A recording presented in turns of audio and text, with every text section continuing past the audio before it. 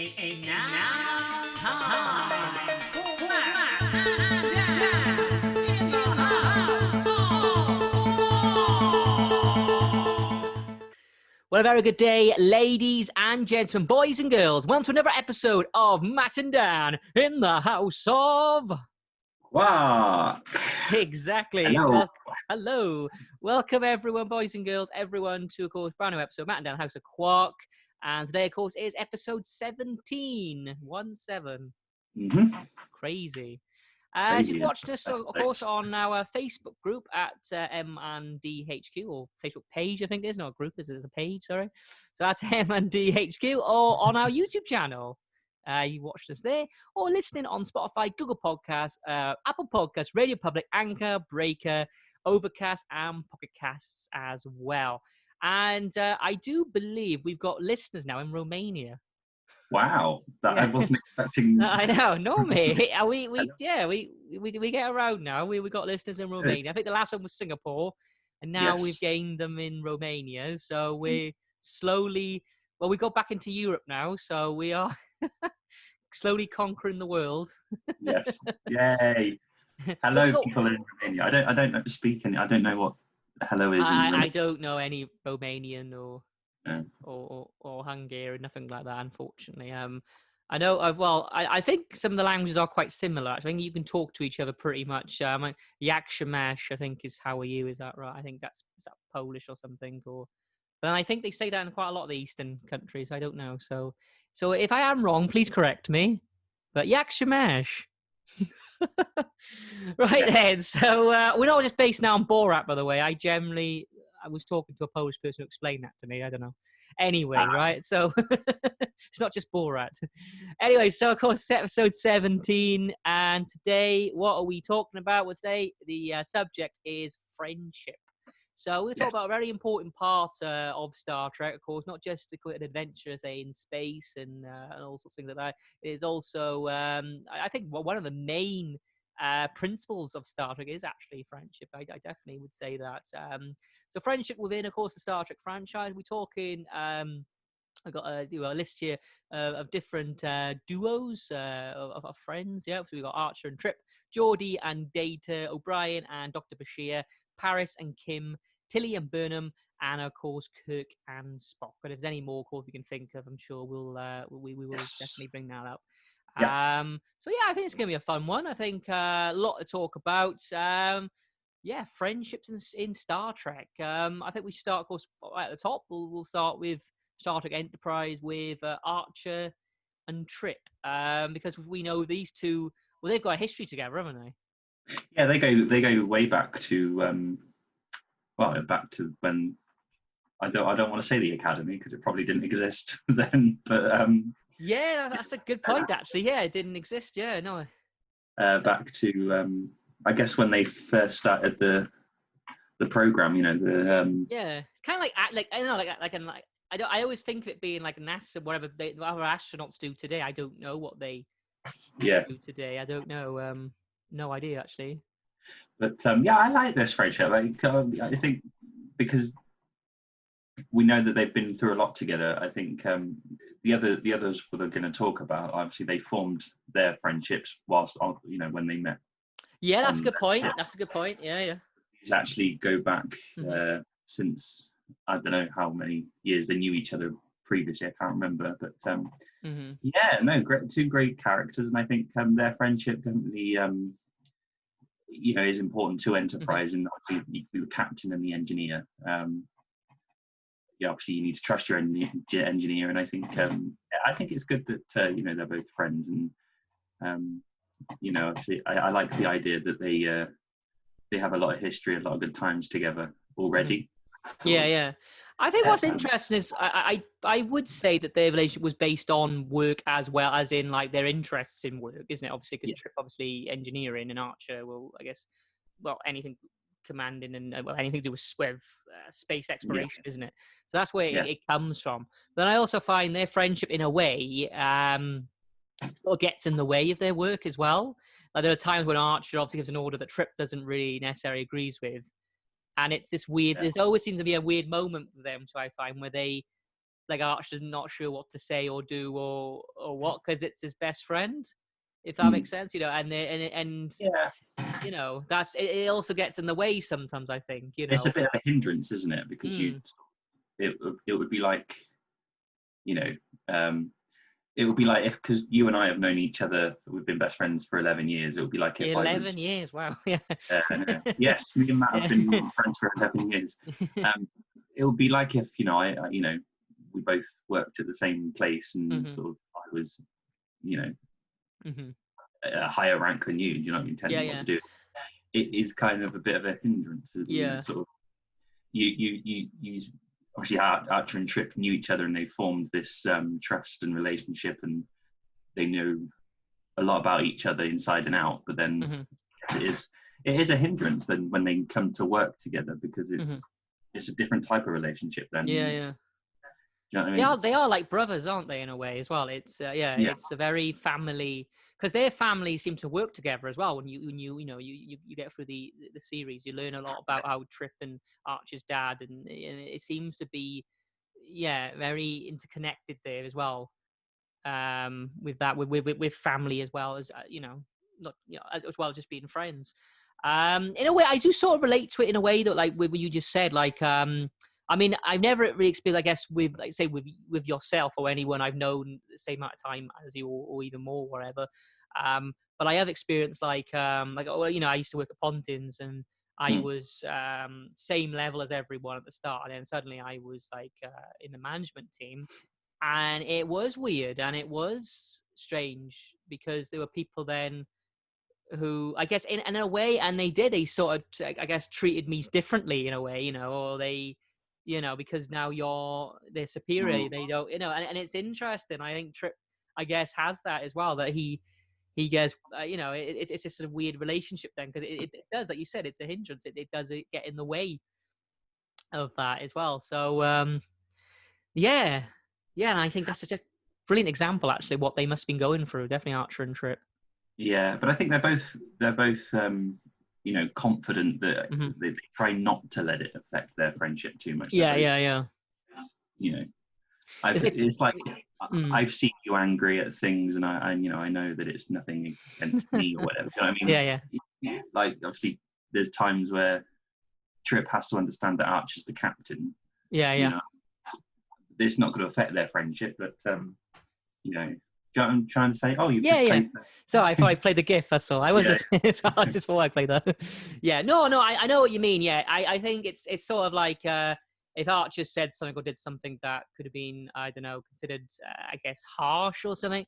Trip knows deep inside what Archer, or he means good. He means well. He has good intentions. It's just a job at the end of the day. And yeah, I guess it's kind of like, I don't know. I mean, I never experienced it myself, but I had friends who did experience it, and I used to always find the idea weird. It's kind of like having a parent as a teacher.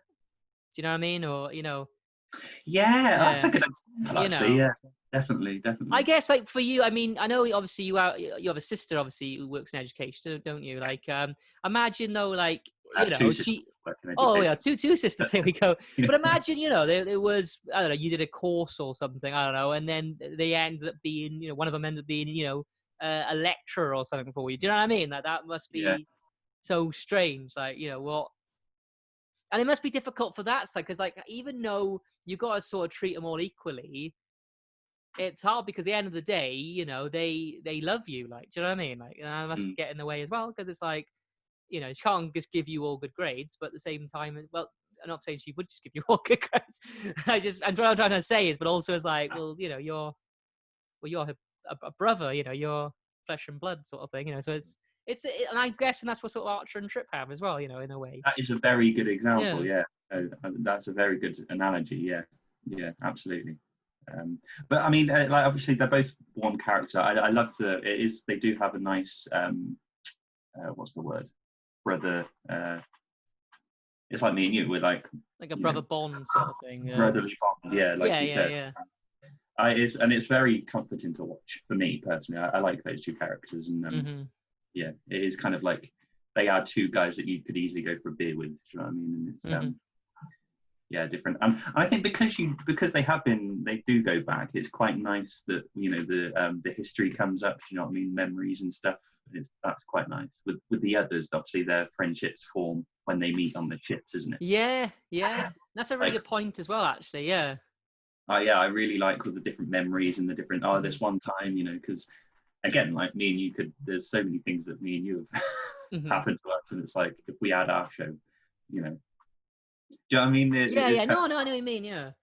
of different I think that memories. was shown really nicely as well, because I think it's one of those things, like you have like a team of people in whatever industry as well, and if like two of them are like great friends, like, and everyone else don't know each other, they do obviously stick out, don't they? Because they're the Mm, ones who talk to each other about anything, and everyone else hasn't got that same relationship with them. They don't know them yeah, that well, or whatever. They just so and there's a lot of yeah, inside jokes as well. That's quite yeah, nice. yeah, yeah, yeah, I like that. I like that a lot. yeah. Yeah, definitely. I definitely think, when Trip obviously left the Enterprise, didn't he, eventually, and then obviously he came back. But I Yeah, think it's, it really showed. I think Archer does sort of need Trip on his side, and Trip needs Archer. It's weird. It's this. They do have this relationship. I think they work really well together. They are, you know, it, ant to deck, cannon to ball, that sort of thing. They, is yeah, yeah, absolutely. And that's well, like anything with friendship, I guess. mhm, You sort of, especially your best friends. Like yeah, yeah, I don't know what I would do if you weren't, suddenly yeah, in my life or whatever. yeah. No, no, no, definitely. It does affect Archer, I guess, when Trip Mm. leaves.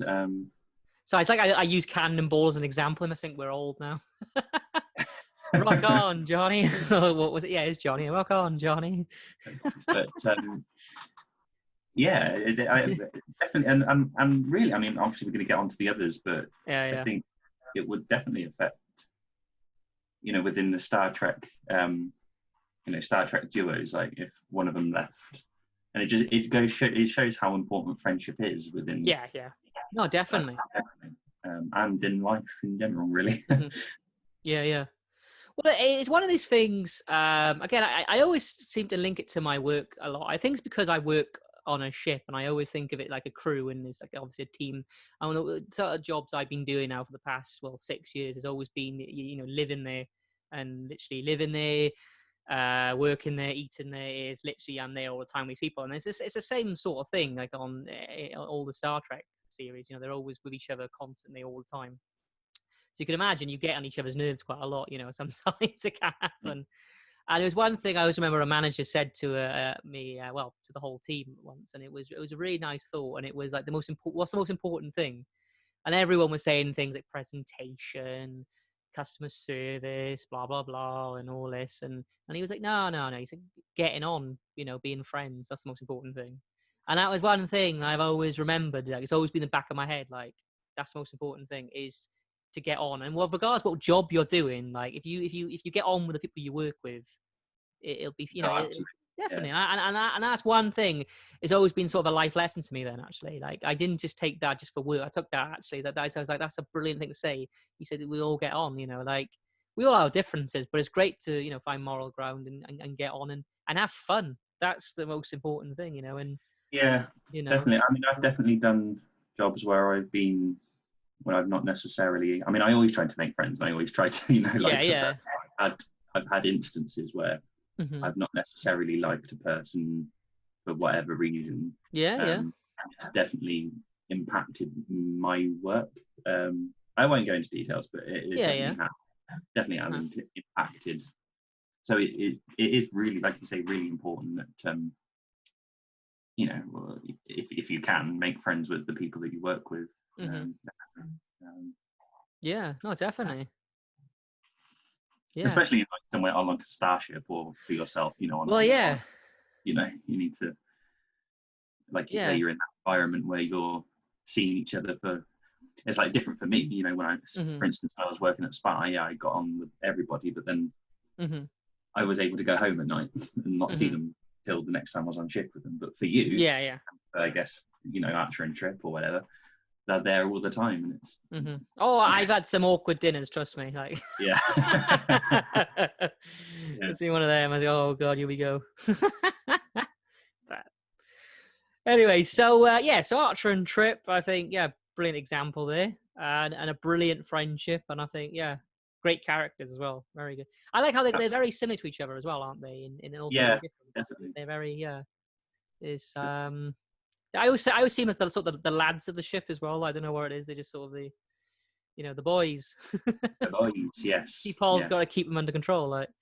yeah. Uh, I liked actually, I yeah, always liked the scenes actually in Enterprise where the three of them would be having dinner, and it's yeah, yeah, like banter between Archer and yeah, Trip, and yeah, yeah, yeah. T'Pol's just there in the middle going, "What does this mean?" Yeah, Um, what is this? yeah, she was kind of like a third wheel, really, I guess. But then Yeah, actually, that's a great way of seeing it. Actually, yeah, third wheel. I like that. Yeah, yeah, I definitely. guess also in a way they did become a bit of a trio in the end, I think, because They obviously did. Yeah, yeah, more mm, T'Pol sort of warmed up, I guess. But yeah, no, yeah. they do have good banter between them actually. So we move on to the next one. Geordie and Data, LaForge. So Geordie and Data, again, I think a brilliant friendship. I would say the friendship started on the ship this time, though. Yeah, And absolutely. definitely, they got closer and closer, I think, as the series went on. I always found Data went to see Geordie. Well, he always seemed to go and see Geordie by anything, didn't he? Anything, any sort of conflict. Especially something about being human or human emotion or anything like that. He always went to Geordie, and Geordie had to sort of like sit him down and explain. I guess social etiquette or whatever, that sort of stuff. He was sort of, in a way, it was what's quite interesting is Data obviously had all the intelligence, because obviously, his name's Data and he's an android. He's obviously he's the science officer, but Geordie in a way was like his sort of, I guess, human mentor, like humanity mentor, like guiding Data Yeah, through I think how. you're right. Yeah. I mean, Picard always taught Data stuff, but I think it was definitely Mm. Geordie that was the one that you know taught him, the more social aspects of humanity. Yeah, yeah, yeah, You know what I yeah. No, mean? definitely. Well, Geordie talked to him like a mate, though, if you gotta remember. Like Yeah, Picard no, was very like, he was still his superior, he was still the captain. Well, Geordie was like, we'll go down to the what do they call? Well, they actually call it on stock, because I call it I would call it the either the crew bar or the mess, where they go and have a drink, but. oh, That's because I'm so used to saying that. But anyway, it's 10 forward, isn't it? yeah, Is it that's 10? it. That's the 10 forward. Yeah, but I always not actually call it the mess, or they go on the mess, man. Yeah, Anyway, they they go there obviously for a drink, and so he talks to him like he said, like he's a friend, he's a brother, he's same I level. think as well because Data was obviously an android, not that anybody had any sort of you know hatred towards Data or Hmm. sort of animosity, but Geordie definitely treated him like an equal, and I think Yeah, that's. yeah. I quite liked what you said the other day, obviously because Geordie was blind, Hmm. and Data was an android. They both had, some. Yeah, I know. Yeah. Being an android isn't a disability, but No, no, but it's you know what I uh, mean, both it's sort of, it's a difference though, isn't it? It's yeah.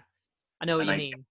they both saw in each other sort of an ability Hmm. to sort of, not that it sort of definitely, not that it hindered them in any way, but I think they were both able to Hmm. see past that, if that makes sense. Like Yeah, yeah, yeah. just their friendship was came out of their differences, I guess. You know, Hmm. obviously, Geordie could see with the visor, but he was blind essentially, wasn't he? So, I guess it kind of, because Geordie was still aided by technology all the time, constantly, wasn't he? He had yeah, that with him. So in a way, he wasn't an android, but he had like I don't know, I guess android sort of connections there. He needed technology. He needed a machine basically to, to live really. Didn't he? In order to see. So I guess mm, maybe that's another way of he connected with Data, because Data obviously is artificial eyes as well. So that's where we are. Both artificial eyes in a way. yeah, yeah, Yeah. exactly. Yeah. I think as well, it's quite nice that it was a bit of a slow burner friendship because Hmm. not straight away. It was kind of subtly sort of it subtly came on, if that makes sense. I don't know if you'd Mhm. agree, but it's not like the first episode, right? These two are these, they explored it quite well, their friendship. Yeah, yeah. And I think as obviously, do you remember the last scene in Star Trek Nemesis? Mhm. Where Data's going to jump over to the, I can't remember the name of the ship, but the Shinzon ship in Mhm. Nemesis, and like, Yeah, yeah. do you remember? And then Geordie's there as well, and he knows that this is the last time he's going to see Geordie, and it's Yeah, that's it. Yeah, yeah, yeah. odd, and it's quite Mm. kind of, for me, that moment, it's like, oh yeah, they were actually really best friends. Yeah, yeah. That's a really Um, good example, actually. That scene. Yeah, definitely. Because it really does show that even though Data, so I think Data actually had a love for Geordie, actually, because he yeah, always went to Geordie. always He went to always, Geordie. and in some ways, when you watch the episodes, you'll see he, in a way, talks to Geordie a lot differently than he talks to everyone else. Like he's more like open to Geordie, which is interesting because really as an android and as an artificial being, that shouldn't have any, will make any difference. Surely, a computer, like for instance, you got a computer in front of you. Your computer shouldn't talk to you any differently than it talks to a member of your family. It's just a computer. Yeah, It just runs on code. Yeah. yeah, But the yeah, yeah, fact that the computer, well, Data is a computer at the end of the day, and he can identify different people, and he forms different relationships with them. I think is yeah. So definitely, he definitely had something with Geordie that he really like. Well, he liked. He had an emotion towards. yeah. I think because when Data had the emotion chip, it was obviously Geordie that sort of helped him through that, and it's kind of like Mhm. Geordie helped him and sort of nursed him through Yeah. exploring humanity and emotions, Mhm. and it's kind of like having that friend that will help you through, tough times, or sort of, you know, I guess, like, again, going back to me and you, like, we've both seen each other in sort of low times and happy times and sad times, and Yeah. Yeah. we've been through a lot, and I guess it's Geordie and Data did go through a lot, in the sense that, like I say, Geordie helped Data to, control his emotions and explore his emotions and Mhm. teach him about emotions, and so I think that's definitely a good connection there. That's why they were so, Yeah. Yeah. I think that was quite an important aspect of it. And it goes to show how brilliant Star Trek is at finding the importance in friendship. In that, with Geordie and Data, it kind of teaches you, or it is good at teaching young kids to sort of make friends with people. It's okay to be friends with someone who's different than you. Different. Yeah. Yeah. No, Yeah. definitely. Yeah. Um, No, I definitely see that. Yeah. yeah. So yeah, no, those two are a very important friendship, I would say. Mm. No, Yeah. definitely. I think that, yeah, no, definitely them two. Well, like you said, well, Geordie obviously helped Data through. Obviously, we had the emotion chip inside him. I think it's because, but Geordie again does care a lot about Data. I mean, and there's one when Data's been told he has to like reinstate it to another ship or something, or Starfleet want to do something differently, Mm. and I know in the end, obviously, Picard says no, and he's Data staying here and all that. But I remember as Geordie actually was a big part of that as well. Geordie didn't want Data to go. It was just free. It is like I said, it is his best friend. Literally, was his best friend on the ship. That's all. That's all. They had each other, like. So I had a message. That's why I got distracted then. Oh, right. I Yeah. think Geordie was. I don't know. I mean, I guess everyone saw Data as a friend, but I think Geordie saw Data as a friend more than everybody else. I think people like Worf or Picard or Riker just saw them as Data as yeah, he's a nice guy, but he's a colleague. But Geordie definitely saw Mm-hmm. Data as a friend, and I think if even though he was an android, that in itself is Mm-hmm. humanity for Data. That actually Yeah. Yeah. Yeah. someone does care about him and someone Mm-hmm. does want to be his friend. Do you know what I mean? Yeah. No, definitely. Yeah. So, nah, those two. But yeah, that Mm. last scene in Nemesis is quite emotional, Yeah. Which sort of, I know we spoke about this the other day. sort of, it would have been interesting to see Geordi in Star Trek Picard, because obviously one of the themes around that was, data and Yeah. stuff.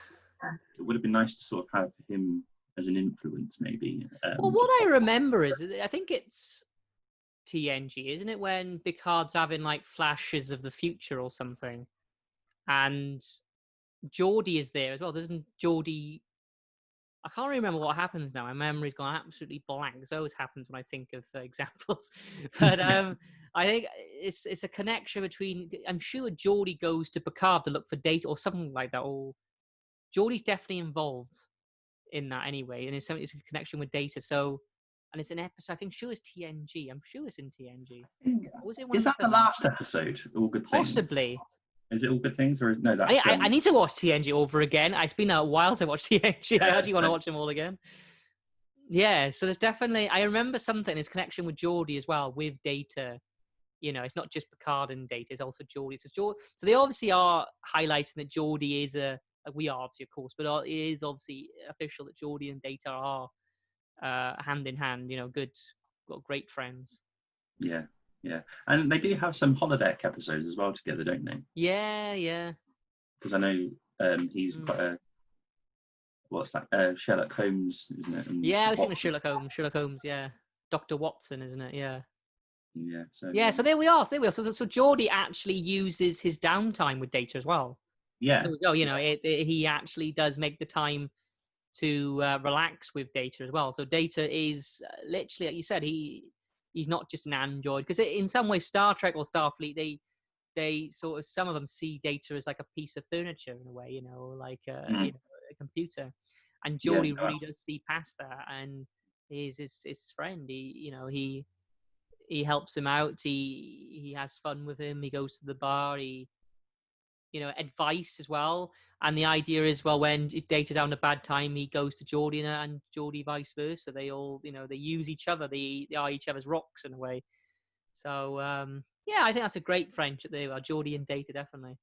Yeah, on the absolutely. list, yeah. Should we move on to the next one? Moving on to the next one, yeah. So O'Brien and Dr. Bashir. Yes. So I love this relationship. I got the gif there where he's going round and round of them going cheers.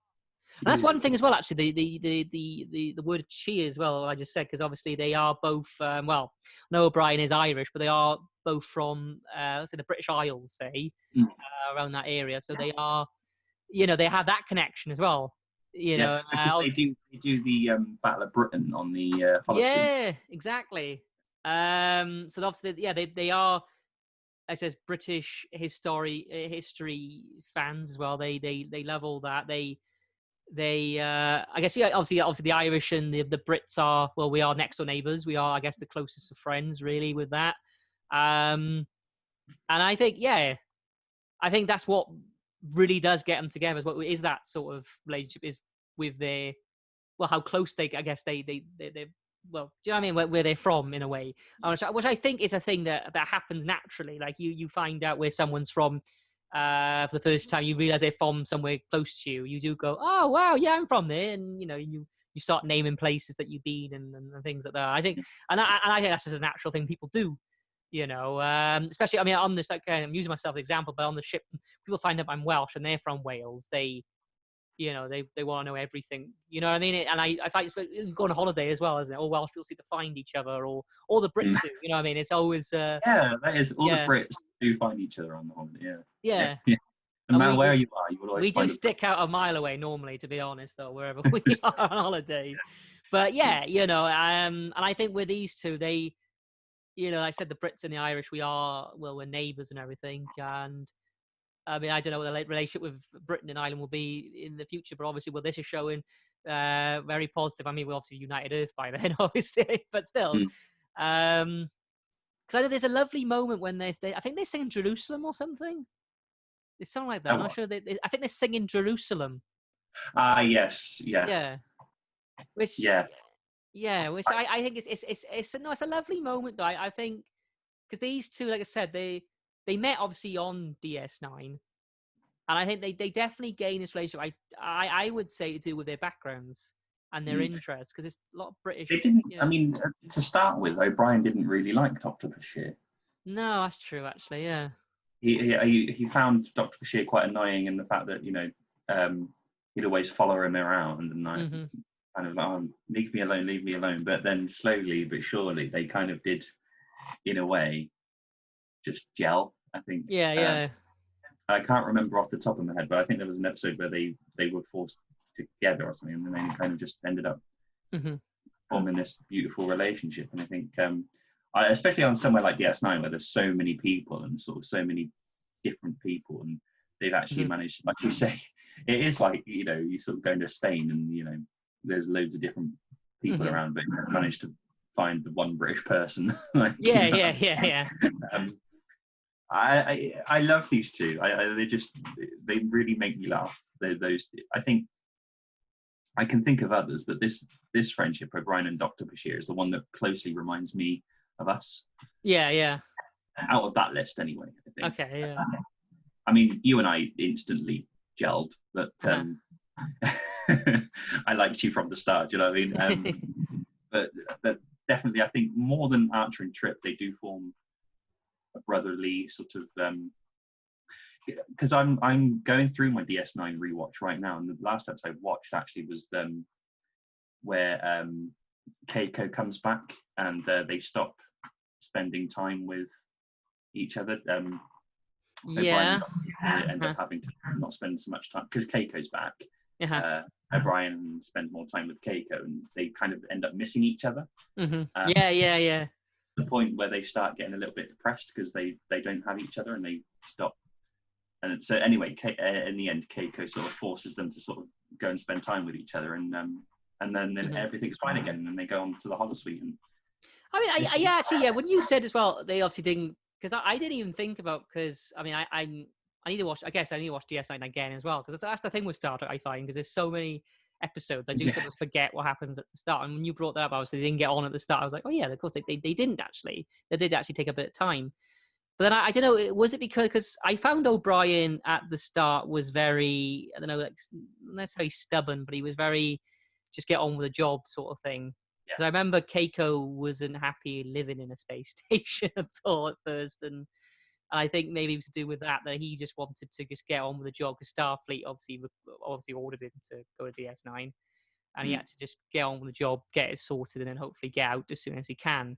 So I think maybe he didn't really want to gain any relationships within DS9 really, because do you know what I mean? He wanted to, I mm, guess, leave because Keiko wasn't happy there. yeah, yeah, He obviously had a daughter as well, you know. yeah. Because I think Uh, he did talk about getting a transfer, didn't he? yeah. Well, no one was happy there. Even Cisco wasn't happy there. You know, no one was Yeah, happy yeah. to be in DS9. If you actually remember DS9, actually, I think this is maybe the reason why a lot of people didn't like DS9 at the start, because a lot of people always say on groups like, "Oh, it doesn't get good until season 3." I read that quite a lot. A lot of people Mm. seems to be quite. I mean, I enjoyed the first 2 seasons. I'm not saying I didn't, right? But you know, could it be, like, I know at the start it was it could be like lack of friendships then. I don't know. Because what I'm trying to say is at the start they were all seemed to not really be happy to be in DS9. I Nobody wants. remember. No one wanted to be there, like, because they were, they was, because I remember Cisco was saying to Picard, "Oh yeah, I want to get transferred soon." He was not happy being a commander. He was commander then, and then Yeah, eventually, as it went on, they got closer relationship. Like for instance, O'Brien and Bashir. And then I found then we started having even more what they call them episodes. Uh can't think now.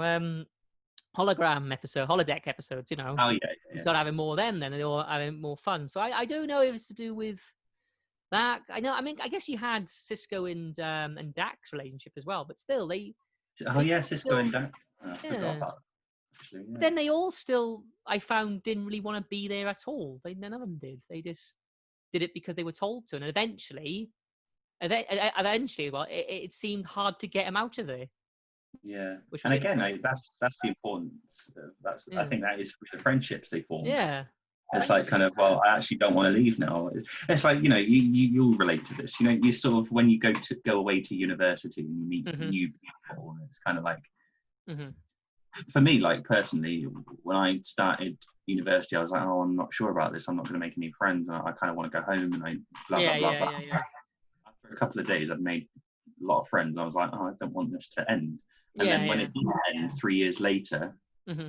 I got really upset about it. I cried on the last day because I Yeah, was yeah. like, I'm actually, I mean, I still sort of keep in touch with people from Yeah, yeah, university. yeah. I know what you mean, though. But do you know what I mean? I kind of got really emotional because it was the last day. I remember the last actual day was because our last module was site-specific theatre. Oh, So yeah. we were out doing our project in a place called Kidwelly, Mhm. just outside Carmarthen. And it was this big project that involved the whole year group, and we was at this steelworks or coal mine or something like that. Okay. And we did the final performance, and everybody clapped and cheered, and then everybody just burst into tears because it was like everybody. There was not a dry eye in the whole thing, and I guess people in the audience go, "What are they crying for?" But Yeah, yeah. for us, we knew it was the last time that we were going to perform together, and so I think, yeah, definitely forming friendships kind of, again, for like O'Brien, he kind of actually, I don't want to transfer, I want to stay. And it's, with Mhm. Cisco, it's like, I actually quite like DS9 and sort of, Mhm. do you know what I mean? Yeah, no, I definitely see what you mean. And what's interesting, because obviously, obviously, I guess because you've related to obviously to union. I guess, yeah, with union is, you move away from home, in a place full of strangers, basically, you know, and then you just have to make friends, and then you do end up bonding these relationships with people, and then, like you said, it was hard to actually leave in the end. And I guess with DSM, what's interesting, I guess the power of friendship, and especially how the importance of it within Star Trek, is that, well, like I said, DS9, when they first go there, because they didn't like it, and it was an ugly, like a really ugly, place, wasn't it, to live Mm. and work and everything, and they all couldn't wait to get out of there. And then I think these relationships actually made them, just really close. I mean, Major Kira and Odo as well. They obviously formed Yeah. a friendship. They ended up being obviously, a love relationship in the end. So yeah, I think that's probably why DS9 got better actually throughout the series. I think it was the friendship and the bonds between the characters. I think definitely it's that. Like, I think what you got to think of, all the other series really have to sort of rely on, I guess, I mean, Star Trek's not an action, obviously. Star Trek is science fiction. However, I think it does sort of rely on the idea of trekking, the idea of exploration and encountering different villains and, new worlds, new civilizations, and all that. Whereas DS9, in a way, sort of became just sort of kind of like a soap opera in a way, I guess. The idea that this sort of stuff. Don't get me wrong, they have obviously conflicts and things happen and people invade. I'm not saying that doesn't happen, obviously, but what I'm trying to say is they do sort of just stay in the same place all the time.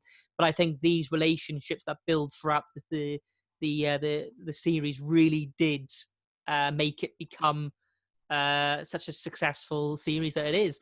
I think as well, like I think you said, the last episode is not DS9 is very emotional. I found it emotional as well.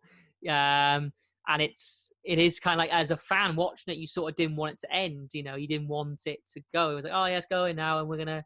I think, yeah, because Jake has to leave the station, and it's like, oh, it's I actually, and the I would have, flashbacks as well. yeah. When I watched DS9 for the first time a couple of years ago, I actually Yeah, did cry at the last episode because I yeah, finished. You know what I yeah. mean? Which is why I'm so happy to be watching it again now. But yeah, I definitely understand what you're saying. Yeah, Mm.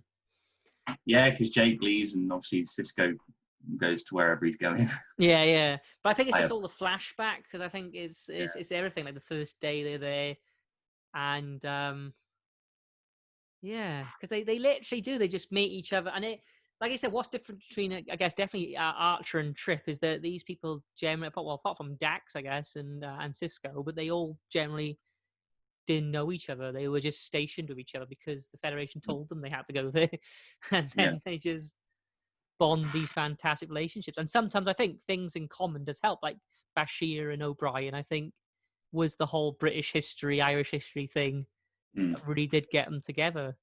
Because mm, I really do like that scene when they're drunk and they're singing I think it's Jerusalem or something. Or I don't Yeah, think it's some God. sort of Yeah, ritual there. yeah. I don't think it's God Save the Queen. I think it is Jerusalem. But it's just great to see them. Just Yeah, because they get drunk together, don't they? yeah. Seeing it there. Yeah. Yeah. They definitely complement each other well. I think out of all the ones that we've got listed there, they definitely complement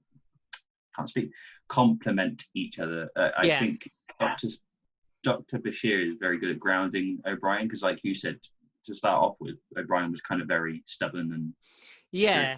strict, to a bit I of a. think he didn't want to get involved with anyone. Mm, I think this, from what I get from DS9, is that all the characters saw it as like a short-term contract sort of thing. They just saw yeah, it as in and out. yeah. They Well, their became main goal, I mean, yeah. Sisko's main goal was to basically oversee Mhm. Bajor coming into the Federation. Yeah. That's what he was there for. You know what I mean? And to sort of see the transition from. And then he becomes a god. Yeah. Yeah, yeah, Yeah, yeah. yeah. Yeah, no, I love the scenes with O'Brien and Bashir, but DS9 out of all of them has a lot of good sort of friendships, like you say, Jadzia and Sisko, Mm-hmm. Odo and Major Kira. There's Kira, yeah. But I quite like Odo and Quark because that's quite Yeah, a hate. I would Uh-huh. probably call it a friendship, but again, it's that I sort of would as well, yeah. I think yeah. I one would think be lost without the other. Do you know what I mean? And that's kind of yeah. what They friendship yeah. is. I mean, so, Yeah, no, definitely. I think this is why DS9 again is so good. I think it just has all these different relationships that really do, and like, and I think this is where Star Trek, because I remember watching an interview about Star Trek DS9, and they were saying about how Star Trek actually at one point was receiving awards for great drama. It was good. It was a good drama, and I think that's why DS9 was so successful. It was good drama. It wasn't just, like I said, a sci-fi action show or whatever, adventure show. It was really good character development, and it was a great mm, drama. It was really, I mean, you get to learn more about O'Brien as well. Like O'Brien, I guess in TNG, you didn't really see that much of him. Very kind of like a background character that yeah, didn't really have that much limelight. That not really now and then, I guess, but not really. And now he's like one of the main characters, and you learn so much about him. And then I find after watching DS9 and then watching some TNG, it's I don't know. You sort of see O'Brien sort of differently then. yeah, no, Oh, it's absolutely. O'Brien. Yeah, no, absolutely. Yeah. But no, Oh, fantastic. I mean, those two fantastic. yeah. Like I said, I think that's probably one of my favourites, actually, personally. Yeah, no, definitely. Yeah. Oh, yeah, and so should we move on to the next one? Moving on, Paris and Kim. Harrison Kim from Star Trek Voyager. Star Trek Voyager. I mean, this relationship, I think, is very kind of like a big brother, little brother sort Yeah, of no, thing. absolutely. Yeah, Yeah. I find it's quite interesting actually because they're both very different as well. Because obviously, Paris is a bit of obviously he's a bad boy. He was obviously marquee and all that. Very good at his job though. Very good pilot.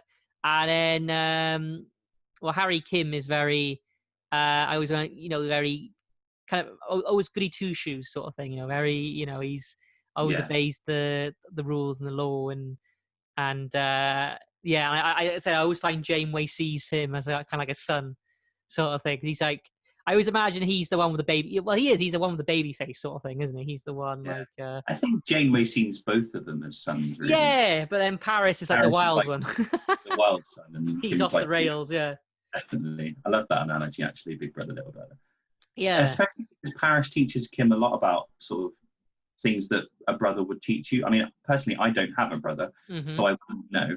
But sort of things like Paris teaches him about women and sort of Yeah. teaches Yeah. about pool and snooker and sort of games and going to the Mhm. pub and stuff like that, and women, like I say. So Paris definitely has that sort of. They do definitely have that Mhm. big brother, little brother relationship. Mhm. Which I mean, I don't know. I don't have a brother. You do, so you have to tell us. Mhm. But they do. I know that Uh-huh. it's a brother type thing, but they do. They are friends, I Mhm. guess. I mean, I'm friends with my sisters, but you know what Yeah. I mean, Yeah. Yeah. Uh-huh. Yeah, I think it's yeah. I think the idea of big brother, little brother. I think it does work for brothers and sisters as well. I think it's the idea of they're like siblings. They they can get on each other's nerves sometimes. I think Paris can really. I think Paris knows how to wind up Kim as well. He yeah, knows how to. And I think absolutely. that's a sibling thing though, is that they both know how to wind each other up. You know, Mm. which Paris does very well. But at the same time, they do care about each other. Yeah, You know what I mean? no, They absolutely. still have, there's definitely a connection there. And also, Paris really has taken Kim under his wings, sort of thing, which I think just happened nicely and naturally. Because what I think is, I always find Kim is very, especially at the start, very, I said, with all the rules and things. Like, he's gone for the academy. He's very tight with what he does. He needs to focus on his work. And then Paris is there, is sort of like, well, yeah, you got that bit. Now you need to actually have some social skills as well. You need to like loosen up a bit. You need to play some pool. You need to, whatever, play some Captain Proton or whatever. That's what he shows him. I guess the living life. I guess having fun, which is important. You know. Yeah, they're a lot like O'Brien and Bashir in that they do stuff like Captain Proton, the Holosuite things, Yeah, and yeah, yeah. they see each other outside the ship, and they both. I mean, Paris. Yeah, like you say, Paris enables Harry Kim to sort of come out of his shell a bit, Hmm. and sort of start living life, as it were. But then I think Kim sort of does calm Paris's wild nature down Yeah, slightly, yeah, sort of, yeah, yeah. because eventually, Paris does become a husband and a Hmm. father. And I think his friendship with Kim is quite important. Hmm. You know what I mean? I think No, definitely. Kim wasn't there, who's to say that um, Paris wouldn't want to get married or be a dad, you Hmm. know what I mean? Yeah, yeah, yeah, yeah, Yeah. yeah. But yeah, I think you're right. There. I think Kim sort of does remind Paris sometimes of like the rules and things. Oh, well, we Mm. can't do that though because and so I think Paris does need that as well, sort of tie him down now and then when he has a crazy idea or whatever. It's like, and Kim is there to go. Well, no, we shouldn't do that because Janeway said this. Yeah. So, but then also Paris is like, sometimes Kim, you gotta bend the rules, sort of thing. Let's have a bit of fun. Yeah, let's have a bit of fun. Yeah. Yeah, Yeah. No. exactly. Yeah. And what I love about it as well, you got to remember, like I said, Paris was marquee. Yeah. I think that's the main thing I think about Voyager. What I really like was it really showed the marquee, I guess, as just well, it's just human beings. Obviously, the marquee were just they had a political idea that they strongly believed in, like the Federation is, I guess, in the same way. And I guess obviously look at Star Trek, they always label them as terrorists and everything, but then it's like, well, well, no, then they're not.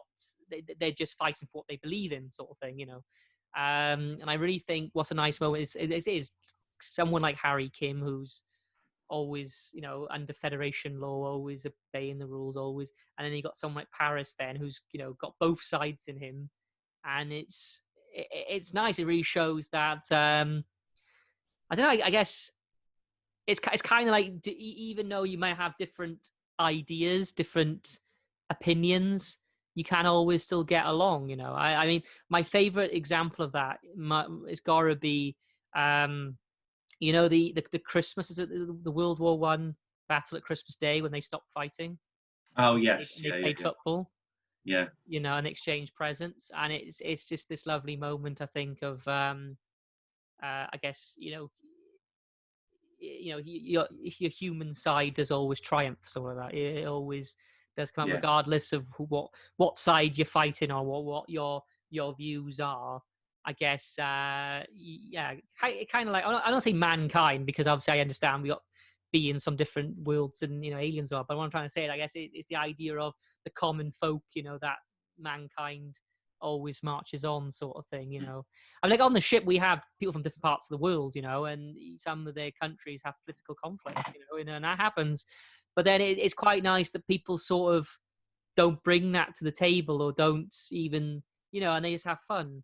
I mean, Yeah. it was a time when we have a lot of Russians on board, and they're brilliant people. and it was all over the news about, a lot of things happening with Russia and Britain, the USA, but.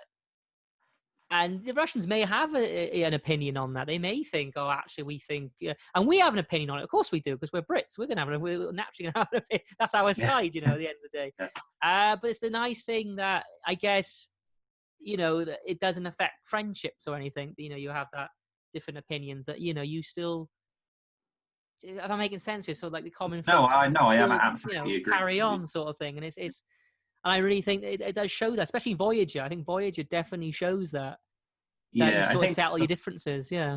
yeah, because Voyager's lost really, isn't it? In the Delta Yeah, yeah. Quadrant, they're both. I guess the crew of the Voyager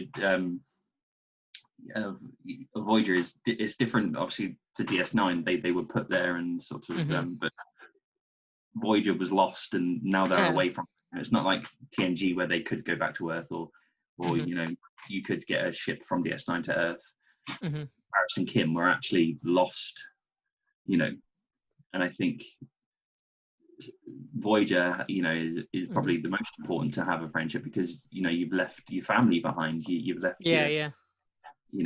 your loved ones and your friends from Earth behind, and you're millions of light years away, or well, I don't know if it's millions, but you know what I mean. So the friendships is quite important, and Janeway really, Janeway is instrumental in trying to get everyone to get along, if that makes sense. Yeah. It says right from the start, both crews of the Maquis and Voyager are going to have to work together, and it's kind of like O'Brien and Bashir. They didn't like each other at the start, and I think the Maquis crew didn't want to be with the Federation crew, but over time, the situation they found themselves in, being lost in the Delta Quadrant, they formed quite a nice friendship with each other, and because nobody wanted to be, again, like nobody wanted to be lost from Earth. Do you know what I mean? So I think them sort of situations really do show out what you have in common, really. I think DS9 is a perfect example of that. Like, obviously, the Dominion obviously taking over the Alpha Quadrant, and the fact the Romulans, the Federation had to go to the Romulans and be like, look, this is not just our world; it's your world as well. It's all our worlds, That's true, and it goes back to what you were saying about sort of the whole Russia thing on, and obviously with the Germans and sort of on Christmas Day, sort of they do. Yeah. They go and carry on. Yeah, no, I was going to say that it reminds me of this. There's a theory, like an hypothesis, where the idea is that I can't remember who said it. It might have been an ex-US president, but I actually quite like the quote because it does. To me, it makes sense. I think it was like Reagan or something that actually said this, but actually, it really does make sense what he said. He said something like, I think, correct if I'm wrong, if I am wrong, listeners, but like if aliens invade, that's when we will have world peace. It's because obviously if aliens invade, then we will all have to sort of unite as one. And I think that's where Star Trek works nicely, because obviously the Earth is united because obviously there's outside conflict. So it's the idea, well, actually, and that's why I think that's where the Alpha Quadrant worked nicely as well, with like the Gamma Quadrant, is obviously the Romulans were like, oh yeah, it's our world as well. If they take over the Federation, they'll take over us as well. We'll be prisoners, sort of thing. And I think it's just that nice thing is that you sort of realize that you actually are all let's say the same, but you're all part of the same thing. You're all you're actually all brothers in a way. It's that sort of when you introduce a common problem, that's where you find. Yeah. Obviously, Paris and Kim, their common problem is they're lost from Earth. O'Brien and Bashir, they had, the Dominion, they had a common problem. And I think. Yeah. It's kind of interesting that you say about, like, obviously in today's world, obviously the coronavirus is going on. We're in a pandemic. That's like the whole world. That's not just one country. No. I think it's common problems like that where everybody has to come together and. Yeah, exactly. Yeah, it becomes like it's a mission for the whole world. Then, not necessarily just America or whatever. Yeah, it is. With like with the vaccines, vaccines, sort of Mm-hmm. different companies from around the world coming together, pooling their resources and research to find, Yeah. a vaccine for COVID. You know what I mean? So I think, Mm-hmm. and through Yeah. that, you could potentially, I'm not saying, but you could form friendships with other countries that you, Well, you know what I yeah. mean? That you wouldn't, and it's like, yeah, I like it when you said about, the Romulans, because, they were fierce enemies, the Federation and the Romulans, but it's like, we've got a common problem. We need to sort of work together and actually. Well, Nelson Mandela actually said something like, if you want to make peace with your enemy, you have to work with your enemy, then he becomes your friend. That's what Nelson Mandela said. Yeah. You know. Oh, I like that. Yeah. So, but yeah, no, you're right. Star Trek does show that really nicely. Yeah, really yeah. nice. Yeah. Definitely with Paris and Kim. I think they're great. They're kind of like schoolboys. Yeah. Yeah. Yeah. It's just like Janeway's just like the headmistress. She's like, what are you doing, man? Get down from there. But Harry said. You know what I mean? Yeah. Should we go to the next one? Moving on, yes. Tilly and Burnham, which I think definitely, I would say, the best friends in Star Trek Discovery. Yeah. I mean, well, with I find with Discovery, it was very the Michael Burnham show. The first, well, definitely the first season anyway. It was very mainly just all about her. I think we were saying the other day on one of these episodes that we find that Discovery has become more like more like Star Trek now in season 3, because it's become more about the crew than just one character. They've gone, oh wait, there are other characters. Yeah. And I find that I can't remember her name now, but that the young pilot girl with the on her face. There's more Lieutenant Denbo, is it? Is that her name? Yeah. But I find that I'm starting to learn more about these characters now. Yeah. And a bit more of a bond to them than I had in the first. Because the first I found was more about just Michael Burnham. But however, with Michael Burnham came as well Tilly, because Tilly was always there as well. I think Tilly was a big character from the start, thanks to Michael Burnham having this relationship. I think Tilly is a great, a fantastic character, first of all, in Star Trek. And I think it works really nicely with Burnham because, well, there's this lovely moment like in season 3 when Burnham obviously talking about, they're basically talking about obviously what was it like to spend the whole year on your own in the future, and then Burnham said something about cake, wasn't it? Like she'll had cake, or she, and then Tilly was said something like, oh, cake's the most important thing, or something nice like that, or something like, and it was just lovely them to, I don't know, it's just, I just find them to just, I guess they just have fun, them two, that they just, they just have this lovely connection, and they're both really different people as well at the same time. There's something about them, they're different, but also they're not. Because I like the idea, I don't know, because I mean, I think you brought this up, and I think I've read something as well, that Tilly possibly has autism, which makes her We've discussed that in the past, which makes her a brilliant character as well. If that is true, if that was the goal, I think it's brilliant as well. And I think Burnham really does get a lot from Tilly, because Tilly, I find, thinks a lot differently than the others do. I mean, Tilly is now obviously. I always been careful on what I'm going to say, because I'm sure, I don't know. I think this definitely happened in it before, right? You know about Tilly and obviously a promotion, yeah? You know about that, yeah? Yeah, that's okay. Yeah, I'm worried. Haven't done. Yeah, okay. No, I won't touch the latest one, but I had to make sure then that that didn't happen. Then. But yeah, Tilly.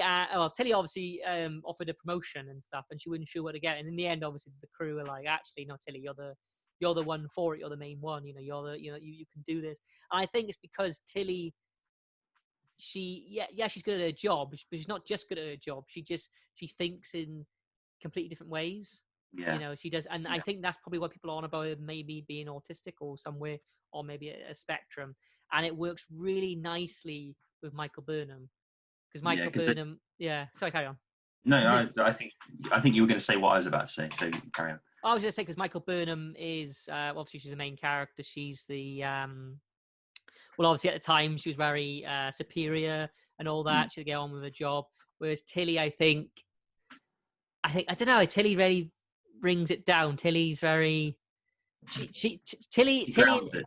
Yeah, she grounds it, but also she sparks imagination in it. She's just the way she talks and the way she is. Like I said, she thinks in different ways that the Burnham I don't think would think.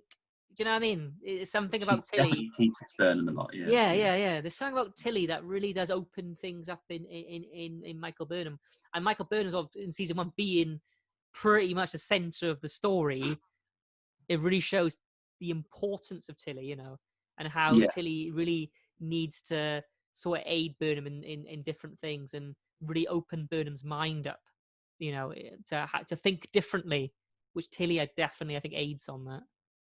Yeah. I think there's definitely a lovely moment in the latest episode I've watched of season 3 where Tilly does accept the promotion to first officer, but she's unsure about sort of then approaching Burnham, because obviously Burnham was the first officer, obviously, and then because that's really difficult for Tilly, isn't it? You know, sort of she ends up having to grass her up, doesn't she, Burnham? Yeah. Sort of you know, she's actually telling on her friend, you know, and which I think is you know is a great exploration in that episode, sort of that friends, but also, do you know what I mean? But so there's a lovely moment at the end of that episode where sort of Burnham, you know, comes to Tilly, and you know, you think that she's going to be a bit annoyed that Tilly's got the job, but she's actually very happy for her, and I think that shows how good their friendship is, and its importance of friendship is for, you know, one of the things about being friends with someone, best friends with someone, is that you're happy for them in their endeavors and whatever they do, and exactly, yeah, you support their decisions and you support, you know, their life choices no matter what, you know, you kind of you're happy for your friends, you know, do you know what I mean? Yeah. So yeah, I think that was a lovely moment because Tilly was unsure about Burnham's reaction to getting her job, but yeah, and then they both cry with each other. Do you know what I mean? Yeah. So, but I think that, like I say, that's a brilliant sort of that's Star Trek showing, you know, definitely that trait of friendship is being happy for one another.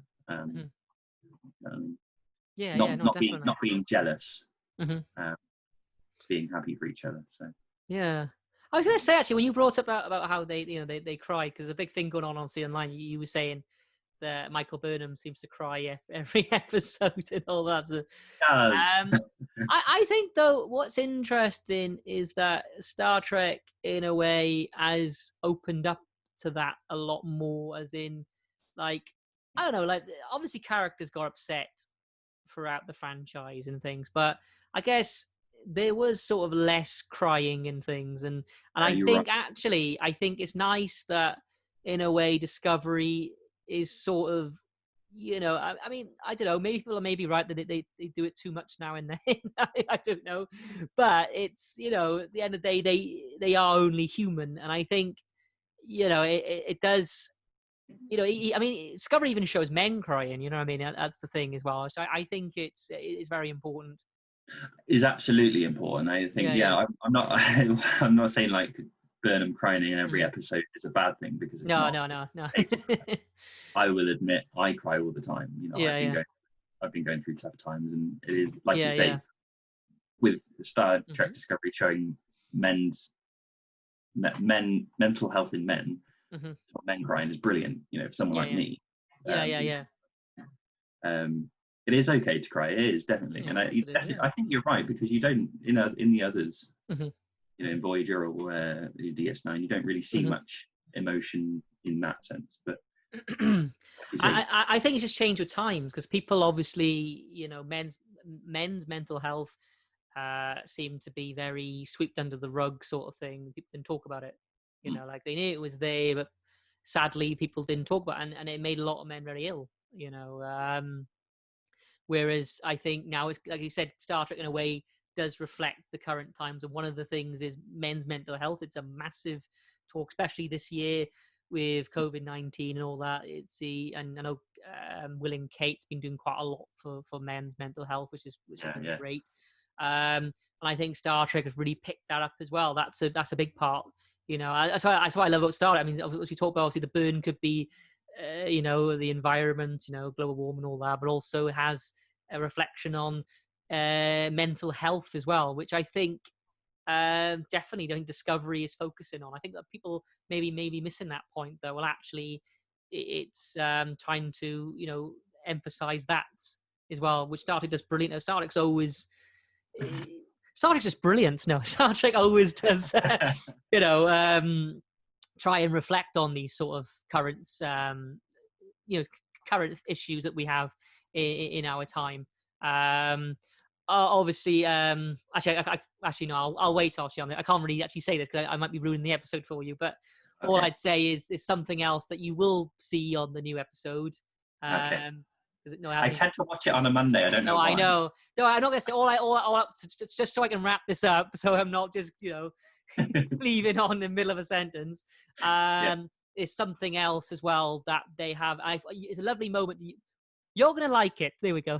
You're going to like it. And it's a lovely moment. And it really does support my argument. So there we go. There we are. I think that's a nice way of ironing that out there. That you haven't got no spoilers, and the viewers, I think, will know what I'm talking about. There we go. Okay. I don't know why, because obviously I don't know when other countries get it, but obviously for us, we have the new episodes of Discovery on Netflix on a Friday, and for some reason I just don't watch it when it comes out straight away. Yeah. I always tend to seem to wait for Monday. I think I just had a free hour and I saw it and I was like, I'll just watch it now. I'll watch it.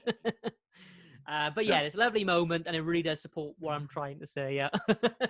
Yeah, cool. I'll let you know. Yeah.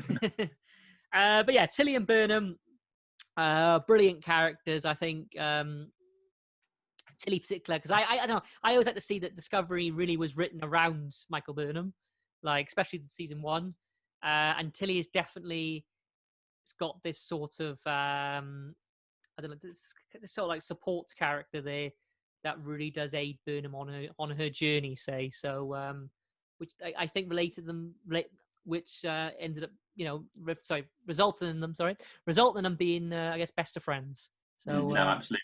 Oh yeah. They have a great friendship. Yeah. Oh, definitely. Right, so we move on to our last one. Moving on, yes. So I left this one to the bottom because I felt this, to me, is what started it all off. We talked about, of course, Star Trek. One of the most important things is friendship. Talked about, of course, we think DS9 pretty much obviously relies on friendships and relationships and all that. And obviously, it is definitely a key element within the whole franchise. And I would personally argue that it started thanks to this friendship, and that is Kirk and Spock. Two friends, of course, two best friends that have, they're both different species, first of all. I think that's good to highlight. Especially in you got to think the 1960s, that was a big thing as well, because the 1960s, obviously, we had a lot of problems with race, black and white, obviously. Yeah. So the idea is that, I guess, an all-American, obviously, I know William Shatner is Canadian, but Kirk is supposedly American, isn't he? So there we go. All-American white Western man, obviously, was captain of the ship. Gains a very good friendship, even a best friend then, from a man, who's not even from planet Earth, who's got pointed ears.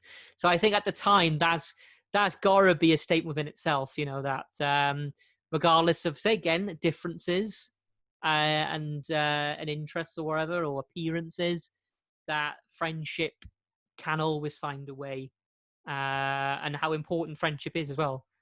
And Kirk and Spock, to me, I think throughout, I say the science fiction world, throughout geek culture, Kirk and Spock are always the ones I think people always think of when they think of franchise friendships or friendship within a franchise. I always think Kirk and Spock always comes up on top. They need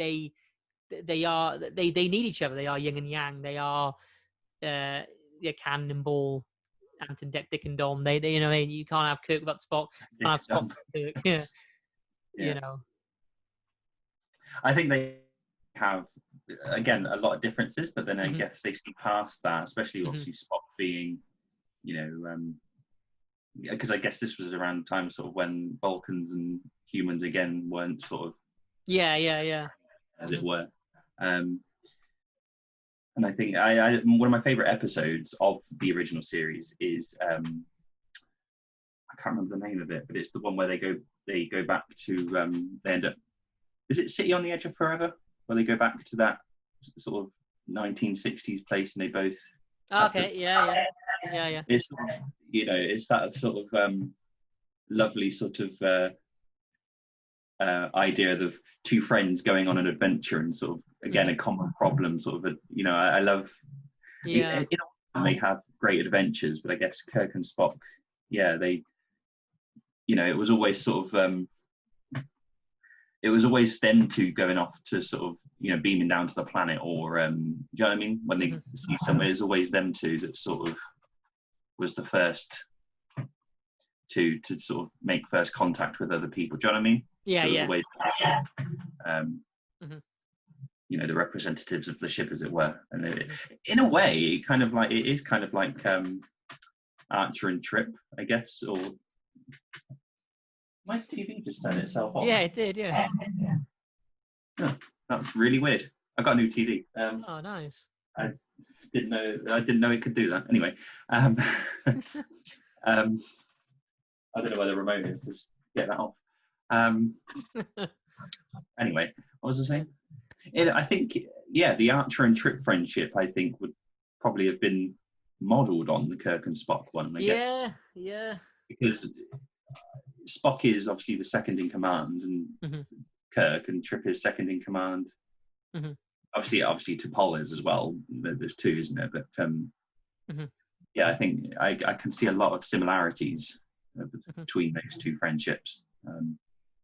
Yeah, and obviously there you've got the famous, I guess that's quite an iconic image, isn't it, of Mhm. Star Trek in the Wrath of Khan. Mhm. Oh, it's gone off now. I tell you, it was I turned have itself no on and then off. idea. I don't know. I've got to apologise.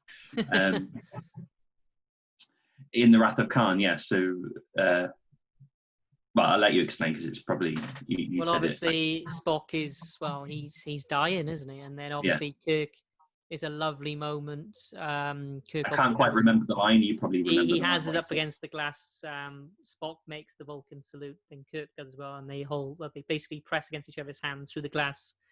And Spock looks into Kirk's eyes and says, "You are and will always be my friend."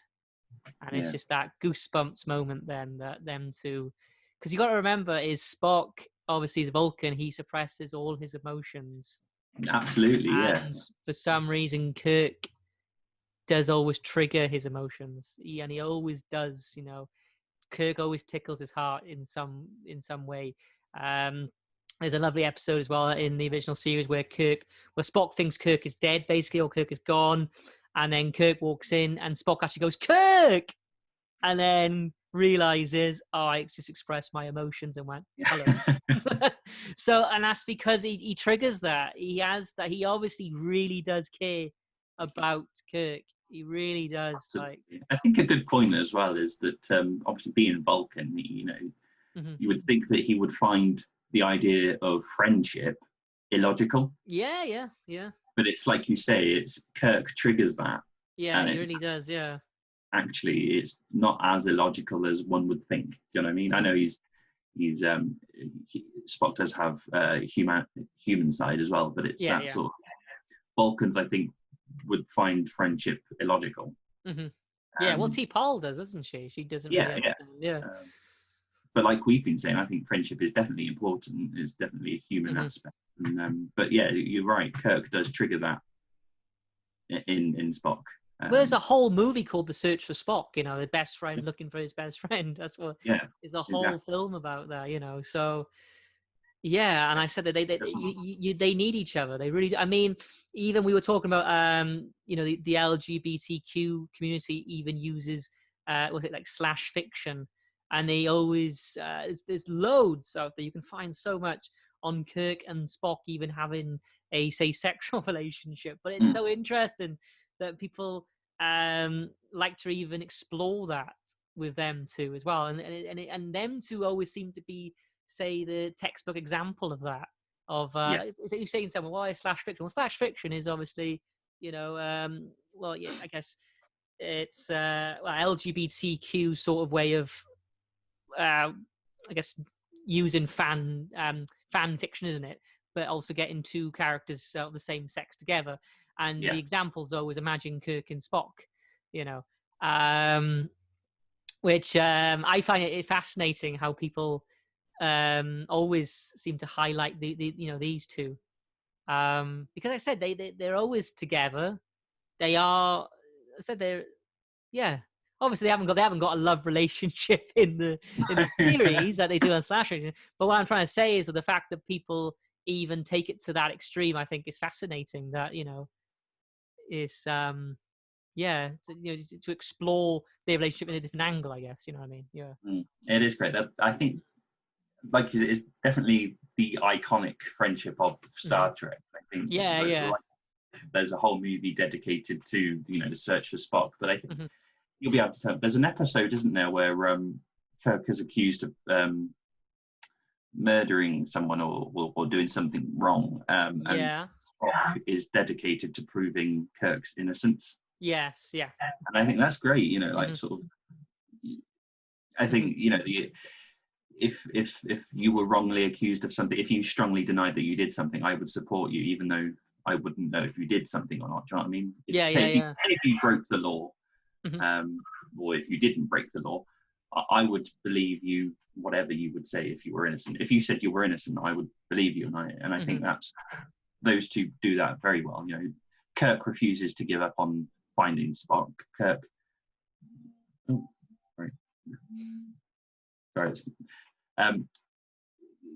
refuses to give up on finding Spock, and he's it could just show, like I say, it just goes to show how much they appreciate each other and respect each other, and respects their friendship and love each other. The friendship.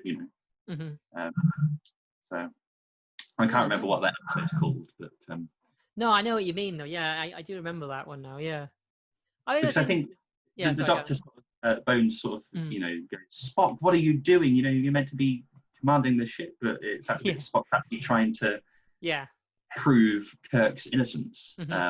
He doesn't want his friend to go to jail or be whatever. I think as well that they're so close that like I mean it's kind of this relationship in a way with Bones as well. Like Bones always, I mean, when we were talking about this, like this kind of this like xenophobia where Bones obviously comments on Spock's ears and green blood and things like that. And I find Kirk has this sort of thing as well with Spock. But then it's like, it's kind of like, I remember before, I mean, it's, something to do with the relationship you have with someone. Like, I mean, I've heard someone say to someone else, like someone that could be considered, I guess, racial or xenophobic. But then they're like, yeah, but we're good friends. And I guess it's that relationship they have that they can sort of say things. What I'm trying to say is that not necessarily be nasty to each other, but they say things as a joke that if you said it out loud in the public, you could be considered a homophobic or racist. Do you know what I'm trying to say? Whereas they have this relationship that they see past that, which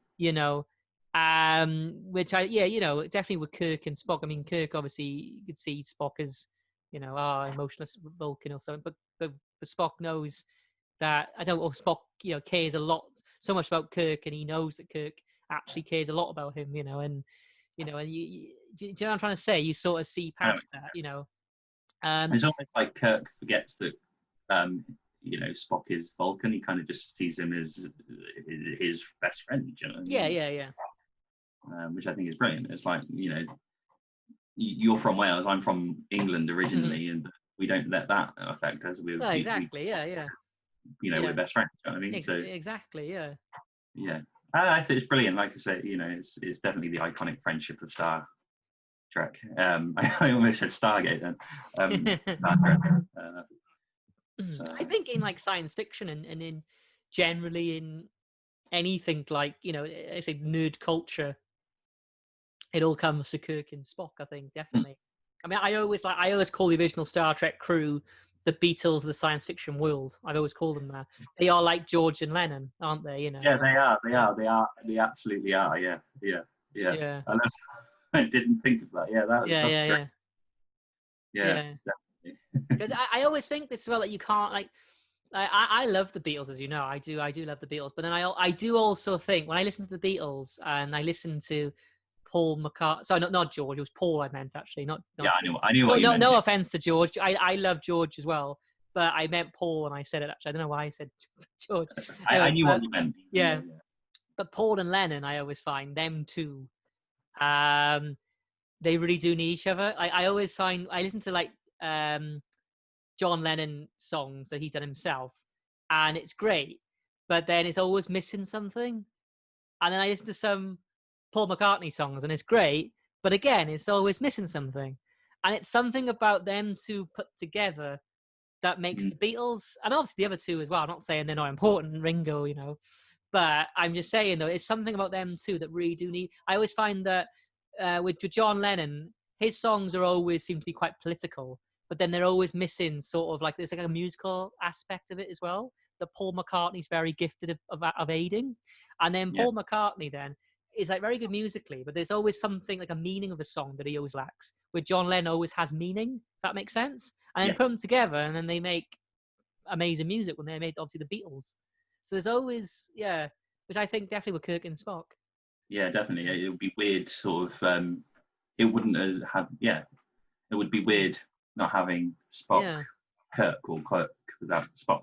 It wouldn't be what it is, John. Yeah. I love that. I love that though. About I really like that about Paul and John Lennon. Yeah, absolutely. Right then, so I think we come to the end of it now. I think, wow, we've talked a lot, quite a lot. Right, and so thank you, everyone. Of course, we've been Matt and Dan in the House of Quark. You could be watching us on our Facebook page at M&DHQ, or on our YouTube channel, or listening on Spotify, Google Podcasts, Apple Podcasts, Radio Public, Anchor, Breaker, Overcast, and Pocket Casts as well. So wherever you're listening from, I hope you've enjoyed the episode and enjoy the rest of your day. But as we always say on the show, live long and prosper. Have a good day. Have a good day. Make friends. Yeah, exactly. Make friends.